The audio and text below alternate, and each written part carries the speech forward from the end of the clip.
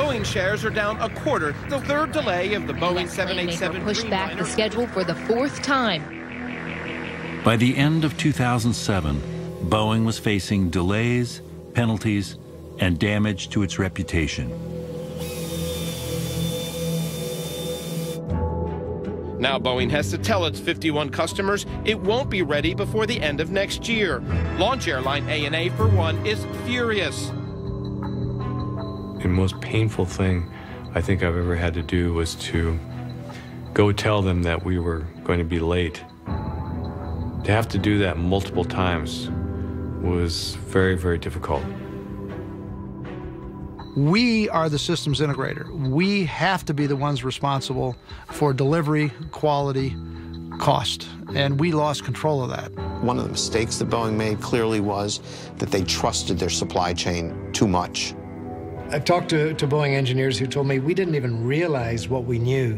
There were things we just took for granted, and then we realized these partners don't actually know that. They don't know how to do it. They don't have the experience.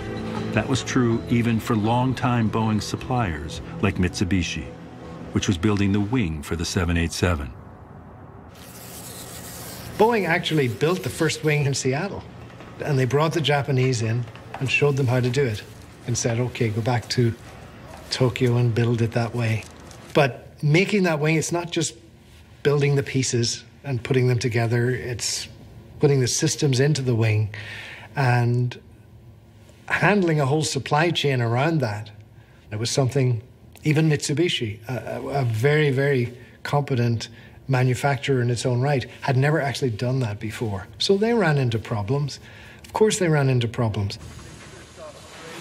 Soon the Dreamliner was on a path to being 3 years behind schedule, an unprecedented delay in Boeing's history.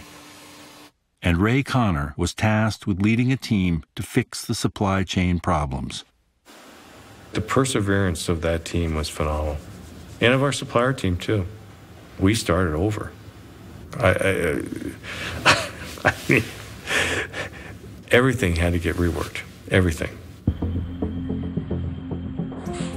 Boeing solved the problem by throwing people at it and sending hundreds of engineers to Italy, South Carolina, Kansas, and to Japan. We learned we can't just say, you're our partner, figure it out yourself. Kathy Moody was one of hundreds of Boeing employees dispatched to supplier locations. She moved to Grottaglie, Italy, to help Alenia, the manufacturer of the center fuselage, meet the requirements and deadlines. Whatever they need.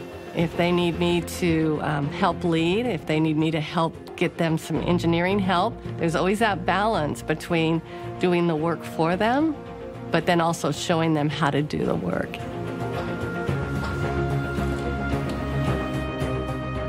In the case of 2 suppliers in South Carolina, the intervention became permanent. Boeing purchased them for a cost of more than $1 billion. So they ended up having to buy out their suppliers, which weren't doing the work the way they'd expected. And over time, they brought control of the whole process. So I think that they learned a big and expensive lesson.